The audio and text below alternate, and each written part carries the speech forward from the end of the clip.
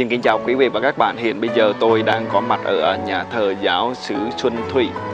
Nhà thờ giáo xứ Xuân Thủy ở huyện Hải Hậu, tỉnh Nam Định, thuộc giáo hạt Tứ Trùng, giáo phận Bùi Chu. Chúng ta cùng chiêm ngắm vẻ đẹp kiến trúc của ngôi thánh đường cũng như vùng đất ở đây nhé.